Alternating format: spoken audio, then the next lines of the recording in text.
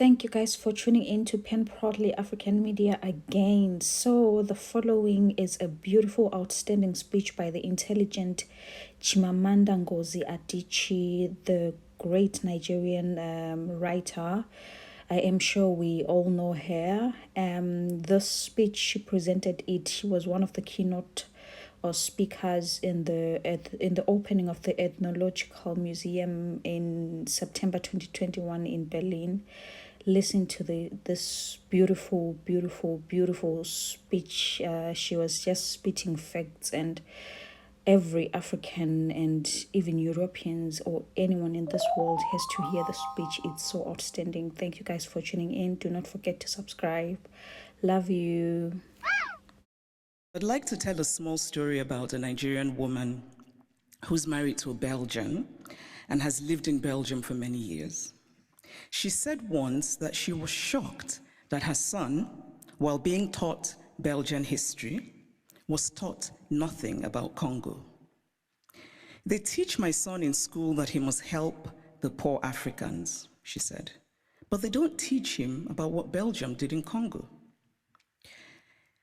Now, if her son does not learn that the modern Congo state began 100 years ago as the personal property of a brutal Belgian king who was desperate to get wealthy from ivory and rubber, if her son does not learn that the hands of Congolese people were chopped off with rusty axes for not producing enough resources to meet a task, because we collectively acknowledge that it is so. It is not that Europe has denied its colonial history. That would be too crude. It is instead that Europe has developed a way of telling the story of its colonial history that ultimately seeks to erase that history. The former French Prime Minister, Nicolas Sarkozy, gave a now infamous speech in Senegal in which he said, "I have not come to deny mistakes or crimes. Mistakes were made and crimes committed.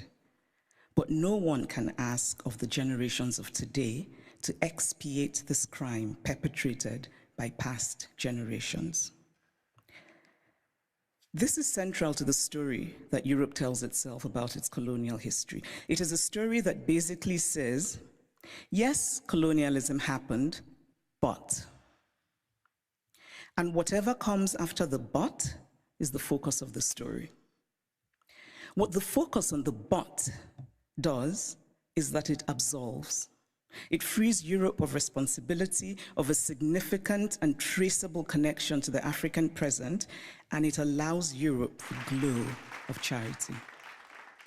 But the truth is that the past does not merely tell us what happened yesterday, it also illuminates what happens today.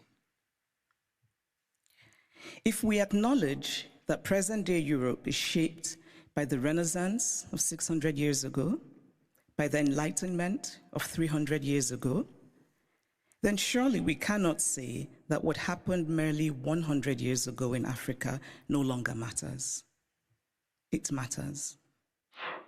We are gathered today in this reconstructed palace, a beautiful place, but also a place that represents Germany's nostalgia for imperial times.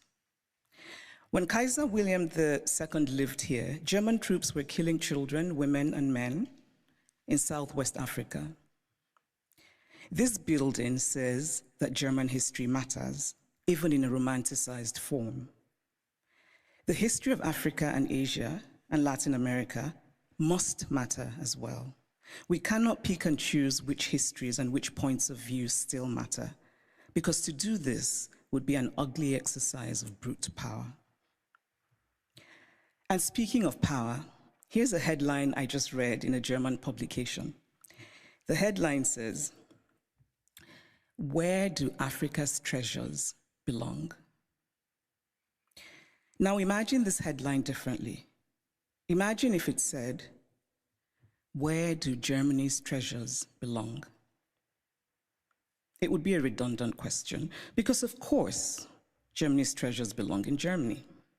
But the question would never even be asked because there would be no circumstance in which it would be. So I spoke of Belgium and its colonial history, but what of Germany and its colonial history? Do school children here learn about Namibia, what was called the German Southwest Africa? Do school children know that 100,000 Herero people were murdered by the Germans? Do they know of the wells that were poisoned? Do they know of the women used as sex slaves and others as slaves in German camps? Do they know of the Nama people killed and of the Maji Maji revolt in German East Africa? And why should they know? Because to tell only one part of a story is essentially to lie. A story is true only when it is complete. Germany is Beethoven, and Germany is Bach, and Germany is also its colonial atrocities that have resulted in hundreds of African skulls being stored in the basement of museums here in Berlin, skulls of men whose spirits cannot be at rest, men who could well have been my great-grandfather had I happened to have been born in Eastern rather than Western Africa. It is only fair to fully own all of the stories of Germany. All countries have parts of their pasts that they're not proud of, that they would rather forget. But it takes courage to face those parts and bring in some light. And this is a time for courage. The courage to hear dissenting voices, such as those of the people who are outside right now protesting. They should be heard and included. They have valid concerns. The courage not merely to say, we take your criticism, but to follow it with action. The courage to say, we were wrong. The courage to say about art acquired illicitly, this is not ours. Tell us what to do with it. The courage to do provenance work and to actively use local knowledge. The courage to act and to act now and not become crippled by endless planning and endless talking. The courage to believe that it can be better.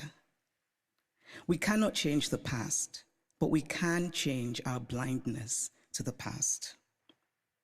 In conclusion, I want to say that I believe very much in dialogue. And I really believe that we can recreate the world by acting more courageously. To act with courage is to have concrete hope in a better future.